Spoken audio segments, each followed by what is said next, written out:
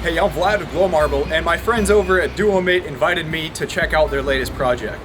A new candy store is opening up here in Staten Island called Sweets and Such, and they want a cotton candy style floor for their candy shop.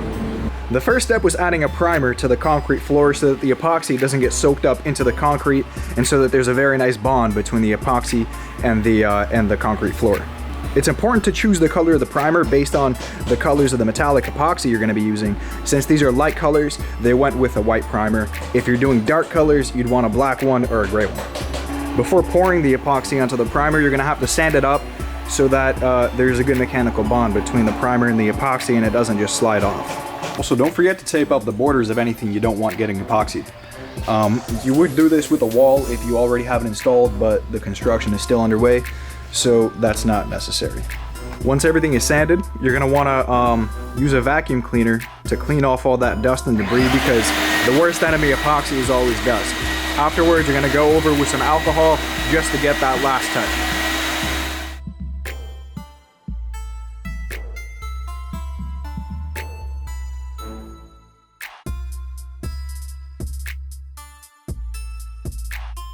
So they're mixing the metallic pigments into the part A, and they're going to let it sit for a little bit for all those bubbles to dissipate and disappear that are created by the electromister. And the lady wants a custom color, so we're going to be mixing some pearl in with royal blue to make it like a much lighter blue, and some pearl with some wine red to make it kind of like a pink.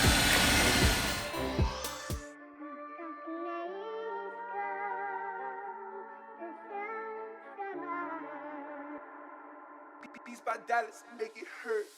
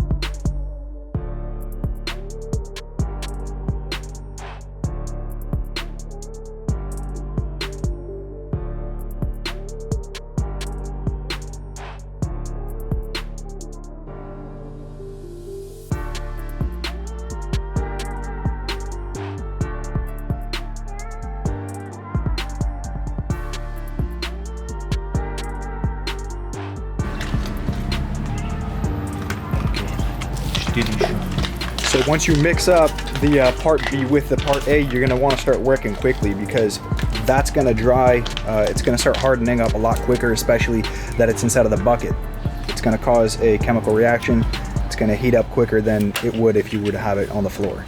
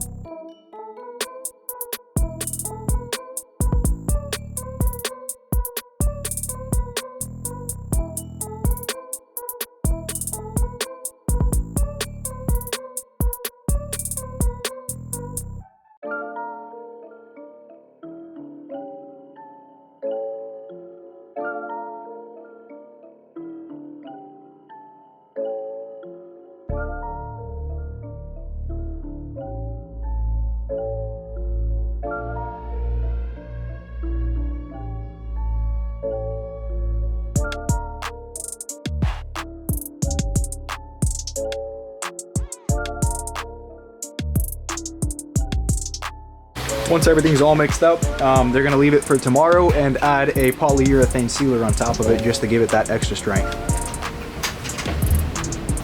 This morning we finished, and now we're ready to start sanding down the floor again to add the sealer.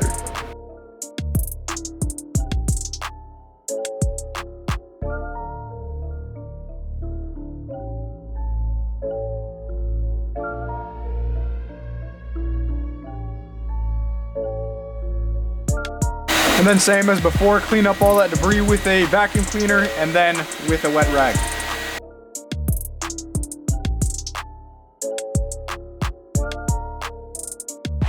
Because this is a candy store, there's gonna be a lot of little kids running around. We don't want anybody getting hurt, so we're gonna be using GU30, which is a high solids, high wear urethane, but it has an aggregate inside of it to prevent slipping.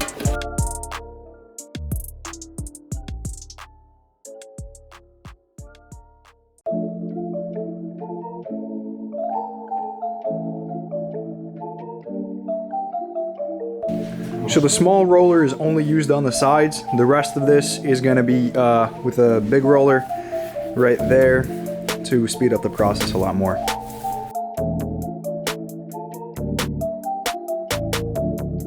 So the thing about urethane is that you have to put it on a thin layer. You see how much just that thin layer already got us back there. That's because if you lay it on too thick, it's gonna become yellow.